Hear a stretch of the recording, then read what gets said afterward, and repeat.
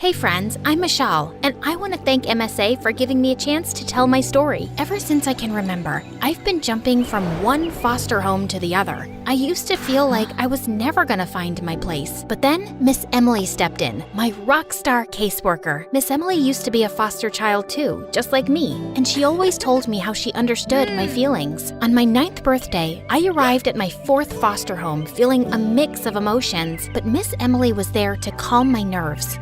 Nervous? Yeah? What if I can't make any friends here? Come on, you'll make many friends. You're an amazing person, Ashal. Your foster siblings will love you. Don't worry. And since it's your 9th birthday today, I got you a gift. Come on, open it.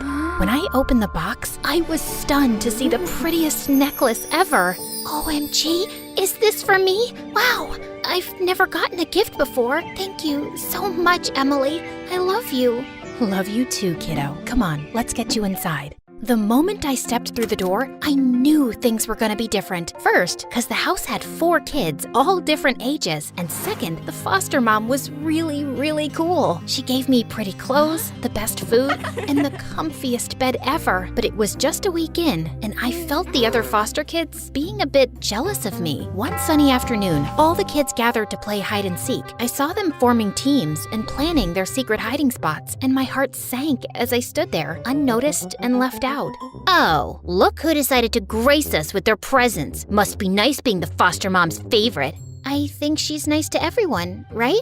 Yeah, right. That's the reason we sleep in bunk beds, have to wear hand-me-downs and eat bland food, while you get to eat McDonald's and KFC. You're close to Miss Emily. That's why the foster mom gives you the royal treatment. So just go away. This is our thing, and we don't want to include you. Feeling defeated, I turned to leave, and someone caught my arm. It was Maya, one of the foster kids around my age. Cut it out, you guys. Seriously, what's with the jealousy? Michelle doesn't control what foster mom does. Oh, so you want to be your bestie? If you're so much on her side, you can leave too. Ugh, you guys are petty. Michelle, come on, let's play outside. Maya and I quickly became close friends, and soon we were inseparable. She became my closest confidant, and I told her about my big dream to be a doctor one day. And so you will be. You could be anything you want, Ishal. I really believe that. Little did I know that our friendship would soon be tested. One day, our exam results were announced, and while I didn't get the best marks, my foster mom surprised me with her praise. Ishal, I'm so proud of your efforts. Let's celebrate your progress. I'll invite Emily too. She's gonna see how much I care for you and will be pleased and put in a good word at the agency. You know, maybe I can have more kids here. The celebration was awesome, but when I returned to my room after the party, my heart sank. My precious necklace lay broken on the floor, and Maya was collecting the pieces. Oh my God, who did this? You? I'm so sorry, Ishal. It was an accident. I didn't mean for it to break. I was just trying it on, and it broke. I'll fix it, I promise. Even though I was angry, I knew it was just an accident, so I took a deep breath and forgave her. However, the next day, the foster mom saw Maya and me trying to fix the necklace, and when she asked what happened, I told her the truth that Maya accidentally broke it. She was so mad. She said Maya was grounded for 6 months and couldn't go out with friends.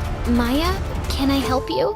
No, just leave. Ishal, why did you have to be such an honest angel and tell her what really happened? You could have just said you broke it and I was helping you. But I just told her the truth. Don't try to be so noble, Ishal. We all know how you use your friendship with Miss Emily to get everything you want. I realize now you're nothing but a brat. All the other kids were right about you. But Maya... Don't speak to me again, Ishal! Maya's anger ate her up, and our friendship took a major hit. But still, I held on to hope that Maya would realize her mistake and make things right. But instead, she went full-on mean girl mode. She was always rolling her eyes at me, would spread nasty rumors about me, and turned my life into a living nightmare at the foster home. It was like living in a twisted version of Mean Girls Foster Care Edition. One morning, I woke up to find my favorite t-shirt shredded to bits. It looked like it had survived a fight with a grizzly bear. Seriously, Maya, did you have to destroy my clothes like a psycho fashion critic? What did I ever do to you? You think I'm gonna let you off the hook that easily? You brought this upon yourself, Ishal. But I didn't do anything. Whatever. Maya's non-stop attacks never let up, and it felt like a never-ending storm cloud hanging over me at the foster home. Seeing how miserable I was, Miss Emily stepped in and promised to find me a better foster home. Months later, she came through on her promise and found me a new place. When it was time to leave, the other kids gave me jealous looks that made me feel really bummed out. As I entered my new foster home, a bubbly girl named Tyra greeted me with a wide smile and a warm hug. I can't believe you're here. I'm so happy. I have always wanted a sister. We're gonna have so much fun together. Mom and Dad told me you were coming, and I've been sitting on the porch since 6 a.m. Crazy, right? I'm Tyra, by the way. She was like a kid on a sugar rush, but I fell in love with her positive energy. Thanks, Tyra. I'm Michelle. It's great to meet you. In the days that followed, I realized I had struck gold. Tyra's parents weren't loaded, but their hearts were pure gold. Seeing how much they adored Tyra filled me with hope and made me feel all warm and fuzzy inside. Over time, Tyra and I bonded and became BFFs. Tyra was an amazing painter who had a passion for creative expression. Even though Tyra and I shared everything, from secrets to clothes, her room was always kept like a locked vault. I never pushed her about it because our friendship was built on trust, and if her room was her private sanctuary, I respected that. But one day, while we were goofing around in the backyard, something happened. Tyra's leg came off and she fell to the ground. It was then I realized Tyra wore a prosthetic leg. I rushed over, wiped her tears away, and helped her up. Ishal, I didn't want you to see this. I have a prosthetic leg and it sometimes comes off. That's why I never showed you my room, because I take it off when I'm inside. Wow, Tyra, you're incredible. I had no idea, but it doesn't change anything. You're still the awesome person I know and love. In fact, now I think you're even cooler. From that day forward, our friendship grew even stronger. We had each other's backs, and Tyra knew she could be herself around me, prosthetic leg or not, and it made our bond even more special. I thought life couldn't get any better, but boy, was I wrong. One day at school, I got selected for the hockey team. When Tyra's dad heard the news, he was over the moon. Ishal, that's amazing. Congratulations, you're gonna rock the hockey team. He was so excited that he started practicing with me every day. We'd go to the local park and work on my skills, but as we spent more time on the field, I noticed something was bothering Tyra, and one day I asked her, "Hey Tyra, what's up? You seem a little down." Ishal, I'm happy for you, really, but sometimes it feels like I'm missing out. I can't play sports like you do, and it makes me feel left out. Oh, Tyra, I never realized you felt that way. But you know what? You have talents and strengths that I can never match. You're an amazing artist and have a heart full of kindness. Tyra smiled at me and hugged me tight, but when I won the championship at school, Tyra's mom and dad couldn't contain their excitement. They lifted me onto their shoulders, cheering and celebrating. But as I glanced at Tyra, I could tell she wasn't liking the attention her parents were giving me. I knew I'd have to have a talk with her again. But before that, fate threw another curveball my way. One day in the school hallway, I spotted a familiar face. It was Maya. Anger surged through my veins at the sight of her.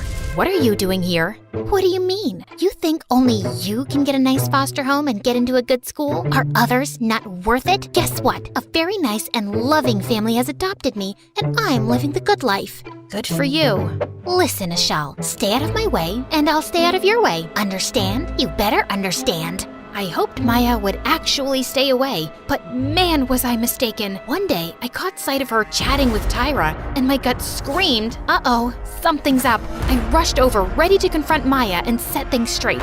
Hold up, Maya. What are you doing talking to Tyra? Oh, just having a friendly chat. What's your problem? Come on, Tyra. Let's have lunch. I walked away with Tyra, but once we were seated, she asked me about Maya, and I told her everything. The bottom line is, Maya is trouble. Thanks for looking out for me, Ishal. I was determined to keep Maya at arm's length, but one day, when I saw her with Tyra again, I was so angry. I was walking towards them, but then all of a sudden, the witch pushed Tyra. That was the last straw. Fury consumed me, and I lunged at Maya, ready to defend Tyra with everything I had. It was an all-out battle, an explosive clash. But before things escalated further, school staff intervened, pulling us apart. We were all taken to the principal's office, and when she asked Tyra what happened, the words that came out of her mouth shattered me. It was Ishal. She pushed me and Maya and was just trying to help me, but Ishal attacked her too. What? No, that's not true. Tyra, you know it was Maya who... Before I could finish my sentence, Tyra's tears and her parents' arrival caused a shift in the atmosphere. They saw their daughter crying, and their anger was directed right at me. How could you do this to our daughter? We trusted you. Feeling rejected and utterly alone, I thought all hope was lost. But just when I thought I had hit rock bottom, my guardian angel, Miss Emily, appeared. I told her everything, and she was the only one who believed me and promised she'd fix everything. After that, things got a bit tense. 2 days later, Miss Emily came to pick me up, and I thought I was going to be moving to my 6th foster home. But when I learned Miss Emily had adopted me, I felt like I was on cloud 9. I was so happy that I had tears. You're my mom now? Yes, honey, I am. We're gonna have so much fun.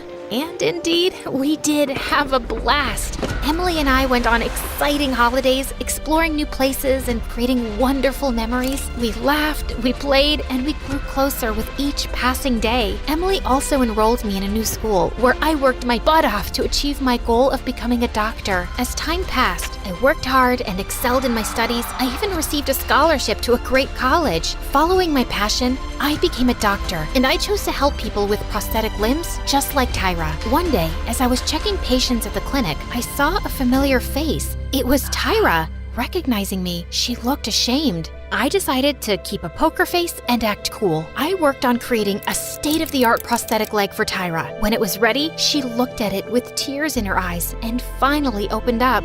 Ishal, can we talk, please? I want to explain things. No need. But I need to. I was scared, Ishal. You don't know this, but I was adopted by my family when I was 7. Before that, just like you, I had to move from one foster house to the other. Maya made me believe that my parents would replace me with you. Mom and Dad loved you so much. You were awesome at sports. I became jealous. I was just a kid, and I didn't know how to handle it. I didn't want to lose my family, so I followed Maya's words. But after you were gone, she turned on me too. It was then I realized she had always lied about you being mean to her when it was actually the other way around. She made my life at school a total nightmare. I guess I deserved it after what I did to you. Tyra's words hit me hard, and suddenly everything made sense. I could imagine the whirlwind of emotions she went through, seeing her parents praising me while she struggled with her insecurities. It's okay, Tyra. We all make mistakes. What's important is that you realize it and you want to make things right. So, how about we try this on?